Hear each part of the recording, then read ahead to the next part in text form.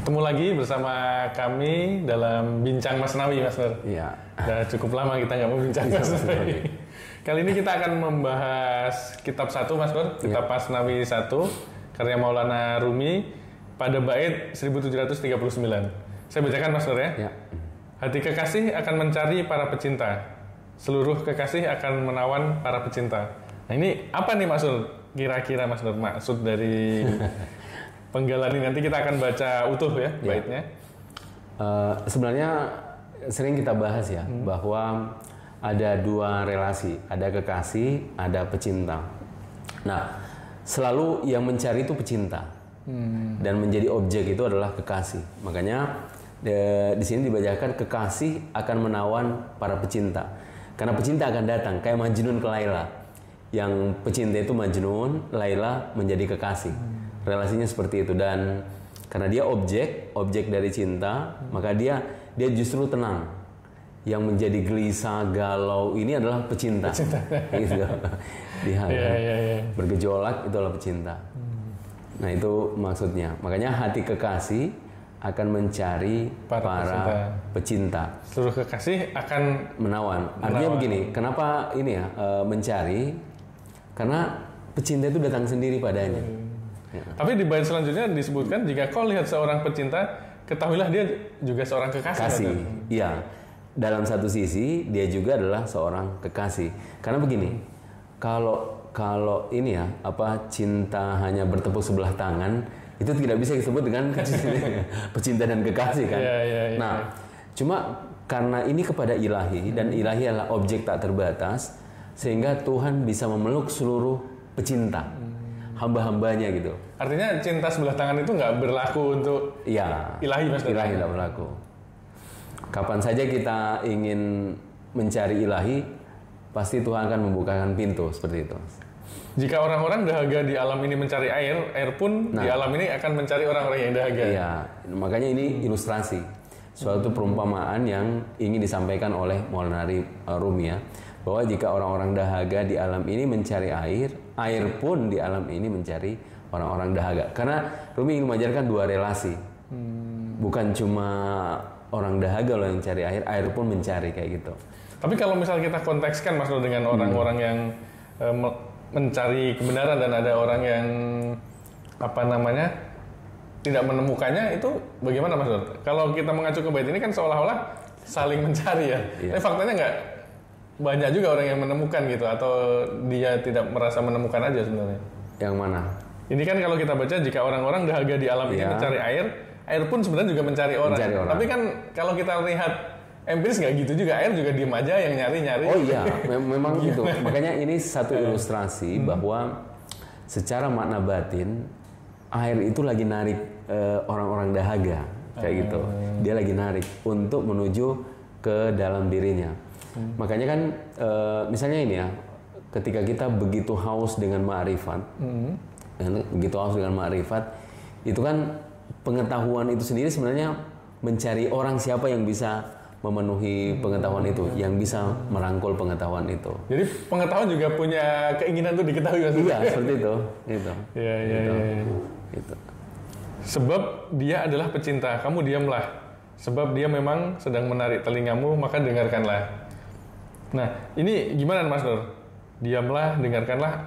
Ini ada sisi kepasifan atau gimana nih untuk para pencari? Nah, memang relasi cinta kepada ilahi memang seperti itu. Agak membingungkan ya. Karena biasanya cinta kita adalah bukan cinta ilahi. Kalau cinta kita kan kepada objek yang terbatas gitu. Nah, ini masalahnya karena dia adalah pecinta. Pecinta itu adalah seseorang yang memfanakan segala hakikatnya kepada kekasih.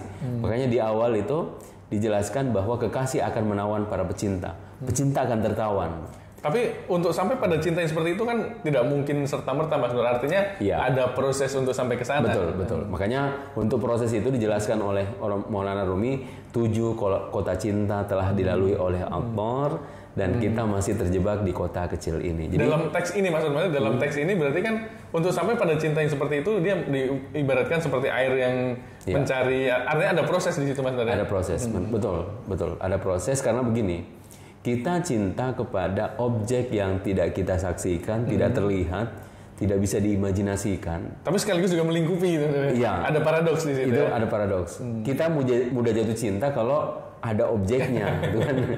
Iya. Keindahannya terlihat, nampak gitu kan keindahannya. Seperti itu. Makanya di situ ada proses. Dan prosesnya itu tidak ada jalan lain kecuali ma'rifat. Kecuali ma'rifat. Oke, Mas Nur, saya lanjutkan baitnya. Karena air mengalir begitu deras, buatlah tanggul. Karena akan menghancurkan dan meruntuhkan. Jika alam ini runtuh, aku tak bersedih, sebab harta karun Firdausi tersembunyi di balik reruntuhan. Nah, ini apa maksudnya bikin tanggul, ada keruntuhan? Kok rumit sekali kan? Nah, dia Rumi sebenarnya ingin membuat lagi ini.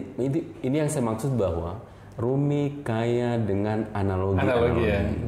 Dia selalu, jadi beliau menjelaskan itu selalu dengan analogi, sekaligus untuk memudahkan sebenarnya apa yang dia sampaikan. Makanya karena air mengalir begitu deras, buatlah tanggul, karena akan menghancurkan dan meruntuhkan. Tapi satu sisi, jika alam ini runtuh, aku tak bersedih, sebab harta karun kita Firdaus tersembunyi di balik reruntuhan. Jadi cintakan sesuatu yang bergelora, tidak ada yang bisa menghalangi. Ketika seorang jatuh cinta, itu tidak ada yang bisa menghalangi untuk berjumpa dengan kekasih gitu. Dia akan menempuh segalanya untuk ini. Makanya kata Rumi, buatlah tanggul, karena akan menghancurkan dan meruntuhkan. Kita diperintahkan untuk memiliki satu bentuk kesabaran yang luar biasa. Ketika apa? Ketika kita jatuh cinta kepada sesuatu. Misalnya kalau konteks pembicaraan kita adalah pada ilahi. Kesabaran apa? Kesabaran bahwa yang kita sedang berjalan menuju ilahi. Makanya segala yang akan menghalangi kita menuju ilahi itu dengan sendirinya akan terhalangi gitu. Tapi bagaimana kita tahu bahwa kita berjalan menuju ilahi, Mas? Cinta kita. Itu ada satu panggilan secara fitrawi sih di dalam diri. Ada kejujuran ya? Gitu. Iya, ada kejujuran. Dan memang kalau cinta ilahi itu, para sufi menyatakan itu sebagai gift, pemberian dari Tuhan. Khususnya berjalan menuju Tuhan ya, itu adalah pemberian. Kita hanya bisa melakukan ini, kalau seperti yang selalu kita bincang itu adalah memancing.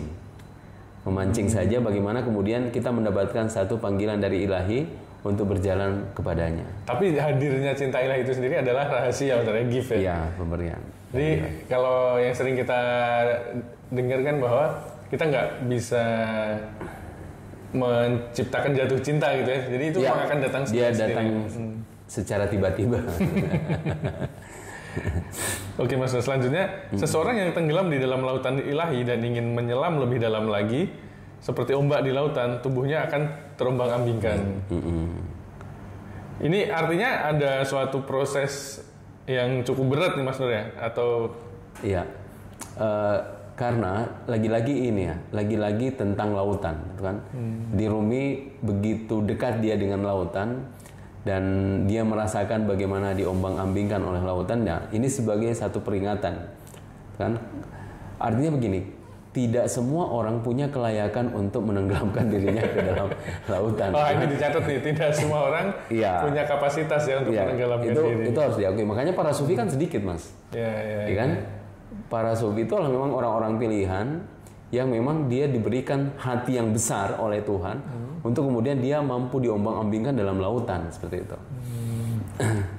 Selanjutnya, kekasih kehidupan para pecinta dalam kematian. Iya. Hati tak akan keperoleh selain dalam kepasrahan ya. Betul. Artinya memang cinta ini ya gift tadi, Mas ya, iya, kepasrahan di situ. Kepasrahan situ. Dan seperti yang kita bincangkan sebelumnya, hanya dalam sastra sufi cinta itu identik dengan penderitaan, kematian gitu kan. Iya. Ini tapi kematian ini maksudnya kematian ragawi atau kematian ikhtiari? Clear, Mas, ini ya dia maksud adalah kefanaan. Ya, kematian di sini maksudnya bukan kita mati tapi ya, ada mati ikhtiari, Mas ya. Iya. Artinya hawa nafsunya gitu, Mas. Kehendak kita sudah tidak ada, yang adalah hanya kehendak ilahi, seperti itu. Oke, jadi jangan ini harus diluruskan, Mas. Kita mengajarkan ini. Oke, selanjutnya aku datang dengan ratusan rayuan dan bujukan untuk mendapatkan hatinya. Kerinduanku itu katanya hanya dalih. Iya. Ya. Hanya dalih. Mas. Hanya dalih ya.